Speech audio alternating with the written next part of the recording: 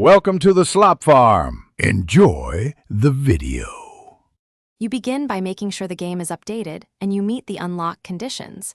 This avoids wasted effort later. Once done, move to the marked river biome where beaver spawn rates are highest.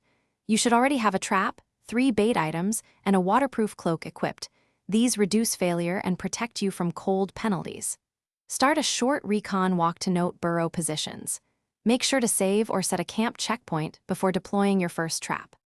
You now focus on precise trap placement and bait choice because these control capture probability.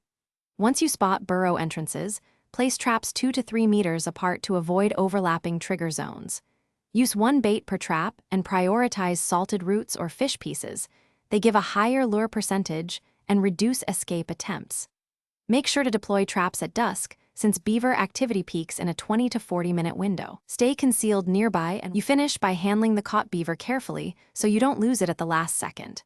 Once a trap triggers, approach slowly and use a calming emote or a light tranquilizer to lower panic and avoid breakage. After calming, claim the logging beaver into your inventory and either equip it or place it in a stable as required by the quest or crafting recipe. If the beaver escapes, retrace your setup, change bait type, and wait 1 in-game day to reset spawn and try again.